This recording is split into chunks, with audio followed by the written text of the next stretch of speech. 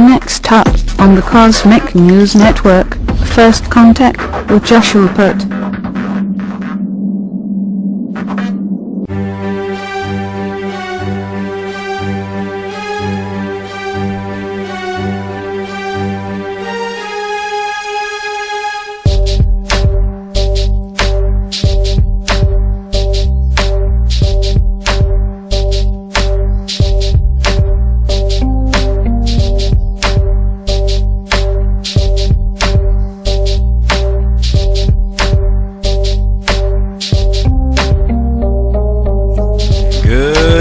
Earthlings. Good morning, Earthlings. Good morning, Earthlings. How you doing? Having a few technical difficulties here today, so bear with me as we make it through the day.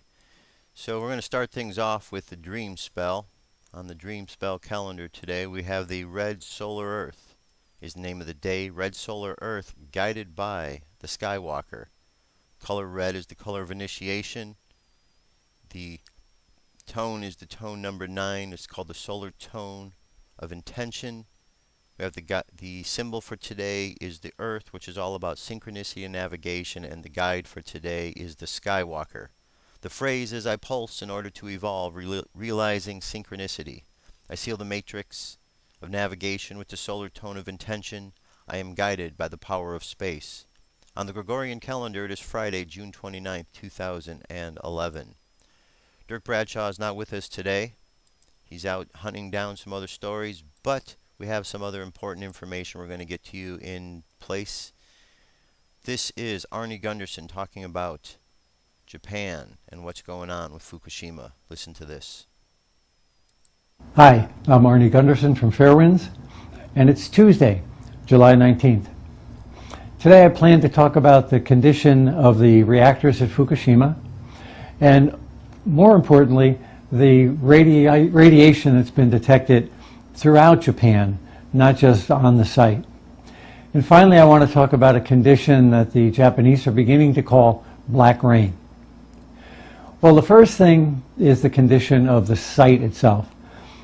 All 3 Fukushima reactors that were running, 1, 2, and 3, and the fuel pool on Unit 4 continue to release radiation.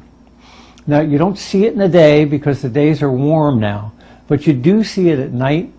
And I've gotten many, many emails about this where people think that the site is blowing up. In fact, it's steam coming out of these reactors and hitting cold air from the Pacific. So they continue to release radiation. But most of the radiation from Fukushima was released in March and in April. At this point, there's a lot less radiation every day than there was in March and April. About 90 to 95% of the radiation from Fukushima was released in the first 6 weeks of the accident. While it continues to release radiation, there's nowhere near as much on a daily basis. On the other hand, Fukushima may be continuing to release radiation for a long time. Well, the Japanese are building large tents to put over each of these reactors. The first tent is in fabrication now, and it will cover reactor 1, and then they'll move to reactor 2 and reactor 3, and finally reactor 4. Those tents are designed to prevent the steam from getting out and to collect it as water and treat it. So beginning in September, most of the airborne radiation will be eliminated from Fukushima, at least from Unit 1. And more, though, will wind up with the contaminated groundwater and the contaminated liquids that are on site. And there's nothing in the foreseeable future to eliminate those. As a matter of fact, the Japanese announced that it's going to be 10 years before they begin to remove those cores from the bottom of the containment. There's no technology right now to remove them. Remember, they've melted through the nuclear reactor and they're lying on the floor of the nuclear containment. And now at 3 Mile Island, they had melted onto the bottom of the reactor, but not through the reactor. So this is brand new. And you know, it's sort of like trying to peel an egg off the bottom of a frying pan. If it's cooked too long, it's a very, very complicated and difficult process. And that's what we're facing at Fukushima in the long-term cleanup. So in the meantime, there'll be an awful lot of liquid radioactive waste that will have to be processed for 10 or perhaps 20 years. Well, in my mind, the more concerning thing is the information that's been coming in from off-site lately. Some friends of mine are biologists that had worked at Chernobyl and went to Japan to do some scientific work over there. They went anticipating things were going to be bad. I got a call this week from them and they said, you know, things are really, really bad. So these are hardened scientists who are used to dealing with radiation, and they believe that conditions at Fukushima are much worse than they had thought. Now there's some corroborating evidence that's come in on that. The first is that mushrooms about 30 miles from the reactor, between 30 and 40 miles from the reactor, are found to be contaminated well in excess of what the Japanese are allowing. Now the interesting part of that is that the mushrooms were grown indoors. So how can a mushroom grown indoors exceed the radiation standards that the Japanese have set? It's a major concern, and again, it's 35 miles from the accident. The second piece of corroborating evidence is that cattle have been contaminated throughout the Fukushima prefecture and beyond.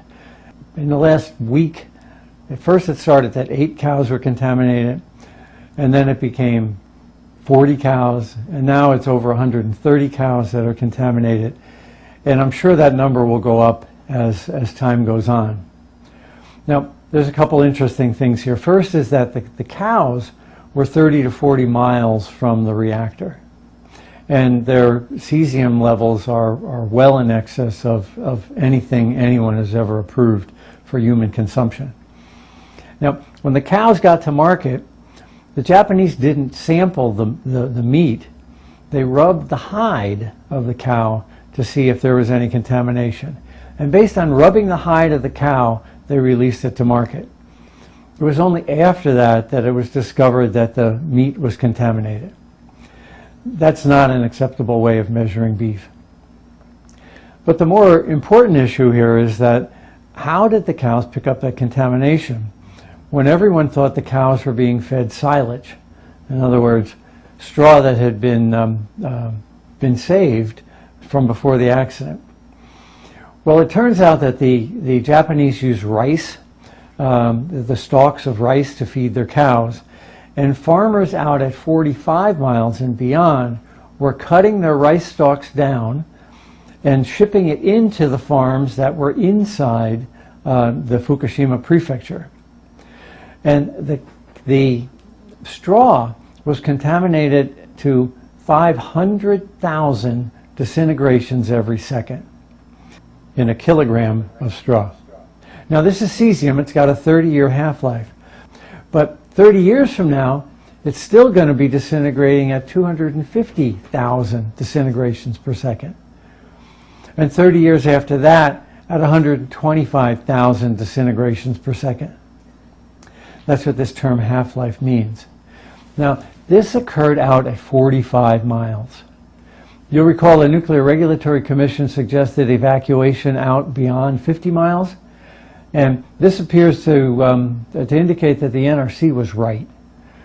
The Japanese should have evacuated their population out beyond 50 miles and instead stopped at around 12 to 18 miles. Now, this contamination then has spread beyond the Fukushima prefecture, yet the prefecture itself seems to be the only place that the Japanese are worried about this radioactive exposure. The last thing I'd like to talk about today is what happens outside the 50 miles that we've just been talking about. It's already pretty clear based on the radiation in the straw that we discovered that the radiation, even out as far as 50 miles, is as high in some areas as Chernobyl was. Well, what about further? Let's take a look at Tokyo, and I'm concerned there too. First, the sewage treatment plants in Tokyo have contaminated their sewage sludge. Now, normally that material is used in building construction material, but it's so radioactive it has to be stored outside under tarps until someone can figure out a way to get rid of it. The second thing is, a Japanese gentleman sent me a lab report. This person took it into their own hands to pay for a lab to analyze data on the street near a playground in Tokyo. Here's the lab report. It shows that there's 53,000 disintegrations per second in a kilogram, about 2.2 pounds of material on the side of a street near a playground in Tokyo. Now, this person was so concerned that they went to the mayor of that town, and the mayor said, "I'm not worried about it." Here's a citizen with his own money, paid for a lab report, and could get nowhere with his local government. Well, there's another piece of data, and that comes out of the National Cancer Center Hospital near Tokyo as well. It's been on their website since a couple days after the accident.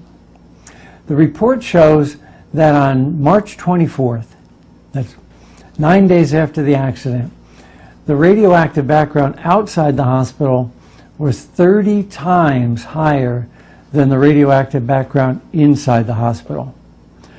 There was deposition of hot particles on the soil, and it was significant enough to increase the amount of radiation that the detectors were picking up by a factor of 30. Now, a National Cancer Hospital clearly knows how to measure radiation, so these are experienced scientists. Last report I want to share with you is every day I get an email from a prominent Japanese physicist named Dr. Glenn Saji. And he was their secretariat of the Nuclear Regulatory Commission in Japan. And he wrote 2 days ago this, and it has to do with the straw that's been discovered near Fukushima. "I believe it is due to storing straw in a field at the time the plume passed by during the first week of the accident, in particular due to the black rain." Now, black rain is not a term I'm sure he uses lightly, but it clearly was experienced in Japan after the accident. What he's referring to there is clouds of radioactive particles, hot particles, depositing everywhere in northern Japan. Well, the Japanese are resourceful people, and as evidenced by their World Cup win on Sunday. But they need to know the magnitude of the problem they're facing in order to handle it correctly. Rather than limit the information, it's important that they limit the radiation. Well, thank you very much, and I'll get back to you.